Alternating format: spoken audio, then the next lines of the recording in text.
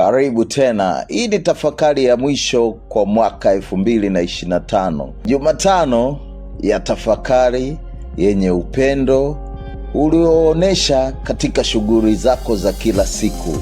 Tafadhali, tabasamu, tazama juu ya kile kilichokuletea furaha na kukupa heshima ya upendo katika matendo yako. Chukua muda, jenga picha, vuta pumzi, tabasamu, rudisha pumzi kwa utulivu. Tazama mwaka 2025 kwa makini.